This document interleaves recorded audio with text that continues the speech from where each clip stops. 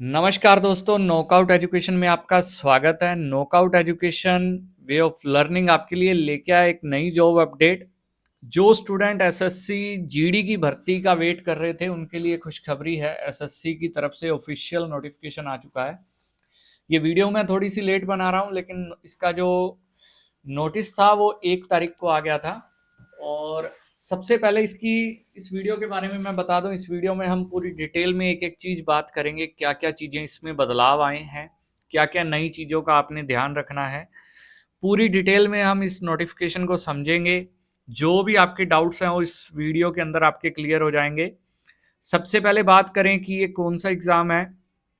SSC GD का जो हर साल एग्ज़ाम होता है, ये 2026 ईयर का एसएससी जीडी का एग्ज़ाम है, जिसके अंदर कांस्टेबल जो जनरल ड्यूटी होती है वो सेंट्रल आर्म्ड पुलिस फोर्सेस के अंदर एसएसएफ, राइफलमैन इन असम राइफल। ठीक है। सबसे पहले बात करें इसकी ऑनलाइन डेट्स की, तो 1 दिसंबर से लेके 31 दिसंबर 2025 तक आप फॉर्म अप्लाई कर सकते हो। जो last date and time of receipt है ऑनलाइन एप्लीकेशन फॉर्म है वो 31/12/2025 है, रात के 11 बजे तक। और जो ऑनलाइन पेमेंट करने की लास्ट डेट है वो आपकी 1/1/2026 यानी कि 1 जनवरी 2026 के रात के 11 बजे तक है। और इसमें जो करेक्शन विंडो है वो 8 जनवरी 2026 से लेके 10 जनवरी 2026 की रात 11 बजे तक ओपन रहेगी। और जो इसकी टेंटेटिव डेट है सीबीटी की, कंप्यूटर बेस्ड एग्जामिनेशन की, वो फरवरी और अप्रैल के बीच में 2026 के अंदर होगी। ठीक है। ये तो होगी इसकी डेट्स की बात। और आपका जो सीबीटी का एग्ज़ाम रहेगा वो 13 रीजनल लैंग्वेजेस के अंदर रहेगा। वो सारी लैंग्वेजेस यहाँ मेंशन है। ठीक है, उसका आप स्क्रीनशॉट ले लीजिएगा। और बाकी इसके बाद रिटर्न के बाद आपका physical standard test, physical efficiency test, medical test, review medical examination, document verification will be scheduled and conduct by the CAPF. ठीक है। और अब बात करते हैं इसके पे स्केल की, तो लेवल 3 की ये वैकेंसीज रहती हैं। जब आप इनिशियल ज्वाइन करते हो तो 21,700 रुपये आपकी बेसिक रहती है और मैक्सिमम 69,100 पे जाती है। और ये है आपका 7th पे कमीशन के अकॉर्डिंग है।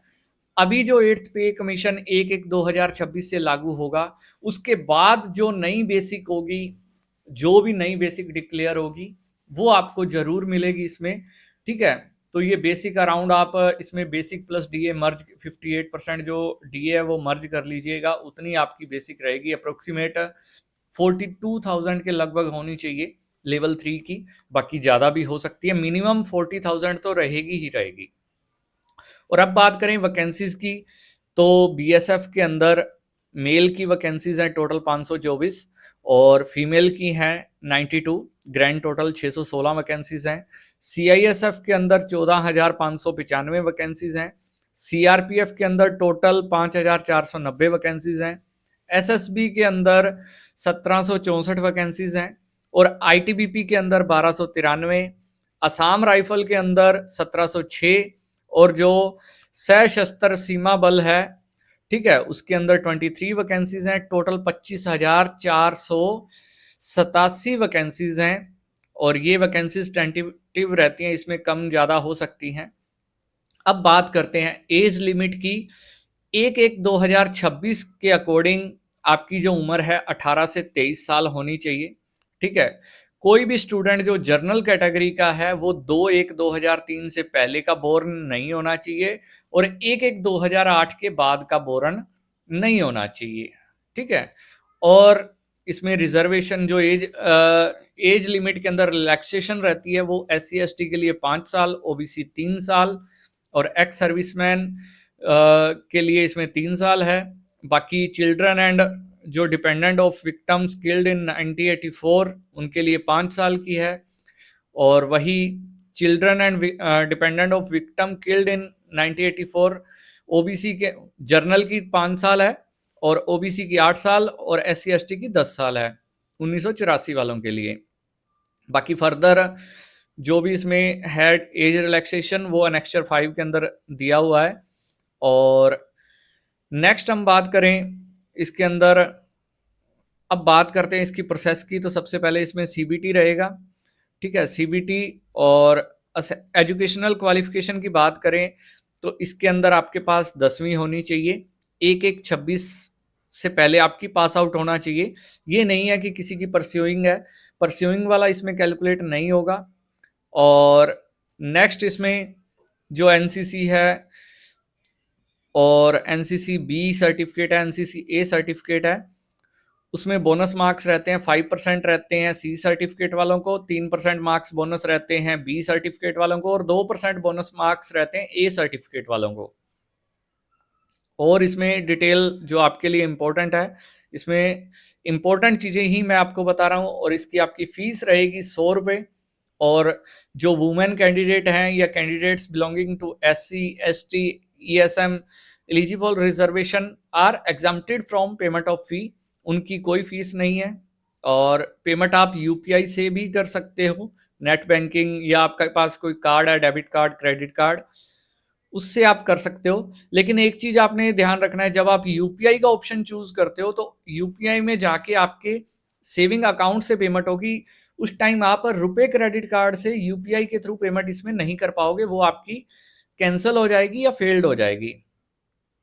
और नेक्स्ट इसमें बात करें एग्जामिनेशन सेंटर्स की, तो इसका आप स्क्रीनशॉट ले लीजिए। ये CR सेंट्रल रीजन की जो है सेंटर्स हैं, और ये ईस्टर्न रीजन के हैं, ये KKR के, MPR के, NER के, NR नॉर्दर्न रीजन के हैं, ये NWR के हैं, साउथर्न रीजन के, SR के, WR के, ठीक है। ये इनका आप स्क्रीनशॉट ले लीजिए, जहां से आपने 3 कोड आप इसमें डाल सकते हो आपकी चॉइस के। अब बात करें जो इसका CBT है, क्या उसका पैटर्न रहेगा। इसमें आपकी रीजनिंग रहेगी 20 क्वेश्चन रहेंगे 40 नंबर के। जीके आपकी रहेगी, जीके जनरल अवेयरनेस जो है वो 20 क्वेश्चन रहेंगे 40 मार्क्स के। एलिमेंट्री मैथमेटिक्स रहेगा 10th लेवल तक का, 20 क्वेश्चन रहेंगे 40 मार्क्स के। और इंग्लिश और हिंदी रहेगी 20 क्वेश्चन 40 मार्क्स के। टोटल ड्यूरेशन आपको 1 घंटा यानी कि 60 मिनट मिलेंगे इसमें। और वही जो क्वेश्चन है वो 13 रीजनल लैंग्वेजेस के अंदर आपको मिलेंगी। 1/4 आपकी नेगेटिव मार्किंग रहेगी, 0.25 marks for each wrong answer, ठीक है। और फर्दर इसमें ये आपका सिलेबस है, इसका आप स्क्रीनशॉट ले लीजिए। और बाकी इस नोटिफिकेशन की PDF मैं आपको मेरे टेलीग्राम ग्रुप में डाल दूंगा, वहां से जाके भी आप डाउनलोड कर सकते हो। और अब बात करते हैं जो आपका फिजिकल एफिशिएंसी टेस्ट है और फिजिकल स्टैंडर्ड टेस्ट है, उसकी बात करें तो इसमें रेस रहेगी मेल कैंडिडेट के लिए 5 किलोमीटर 24 मिनट में, और जो 1600 मीटर की रेस है वो रहेगी 7 मिनट के। वहीं फीमेल कैंडिडेट्स के लिए 1600 मीटर की जो रेस है यानी कि 1.6 किलोमीटर की जो रेस है वो 8.5 मिनट में, और 800 मीटर की रेस 5 मिनट में पार करनी होगी, ठीक है। और इसमें एक है अपना जो इसका फिजिकल स्टैंडर्ड टेस्ट है। स्टैंडर्ड हाइट है मेल के लिए 170 सेंटीमीटर और फीमेल के लिए 150 सेंटीमीटर रहेगी। और ये इसमें रिलैक्सेशन रहती है। ST के लिए मेल में 162.5 होनी चाहिए और फीमेल के लिए 150 सेंटीमीटर यानी कि 150 सेंटीमीटर। और बाकी ये जो अलग अलग एरिया वाइज है, आप जिस एरिया से बिलोंग करते हो उसके अकॉर्डिंग आपकी ये हाइट होनी चाहिए, इसका भी आप स्क्रीनशॉट ले लीजिए। नेक्स्ट चेस्ट की बात करें तो इसमें मेल कैंडिडेट की ही रहती है, उसमें अनएक्सपेंडेड 80 सेंटीमीटर होनी चाहिए और एक्सपेंशन के साथ आपकी 5 सेंटीमीटर होनी चाहिए, 85 सेंटीमीटर ये मिनिमम है। और इसमें भी जो रीजन वाइज है इसमें आपको रिलैक्सेशन रहती है। जो ST कैंडिडेट हैं उनको 76 सेंटीमीटर होती है और 5 सेंटीमीटर तो सब में, जो एक्सपेंशन है वो 5 सेंटीमीटर का सब में होना चाहिए। और फीमेल कैंडिडेट के लिए चेस्ट मेजरमेंट नहीं होती। वेट की बात करें, आपकी हाइट और एज के अकॉर्डिंग जो मेडिकल स्टैंडर्ड का प्रपोर्शन होता है यानी कि उसके रेशियो के अकॉर्डिंग आपका वेट होना चाहिए। और बाकी इसमें फर्दर आपको उसके बाद आपका मेडिकल एग्जामिनेशन होता है, और आप जब रिटर्न के बाद आप क्वालिफाई हो जाओगे तो आपका फिजिकल स्टैंडर्ड और फिजिकल मेजरमेंट टेस्ट, उसके बाद आपका मेडिकल रहेगा, DV रहेगा, कईयों का मेडिकल रिव्यू भी आ जाता है, ठीक है। और मिनिमम क्वालिफिकेशन जो मार्क्स है जर्नल के लिए 30% है, ओबीसी के लिए 25%, ऑल अदर कैटेगरी के लिए 20% है। और बाकी इसमें और आपके लिए कोई बेसिक चीज़ें जितनी भी थी वो मैंने आपको बता दी हैं। बाकी फिर भी आपकी कोई क्वेरी है तो आप मुझे कमेंट कर सकते हो, और आपको कमेंट के अंदर या मुझे टेलीग्राम पे मैसेज कर लीजिए, आपका कोई भी डाउट है इससे रिलेटेड तो आपका डाउट ज़रूर क्लियर करेंगे। तो दोस्तों इस वीडियो के अंदर इतना ही, मिलते हैं अगली वीडियो में अगले जॉब अपडेट के साथ। तब तक के लिए जय हिंद, जय भारत।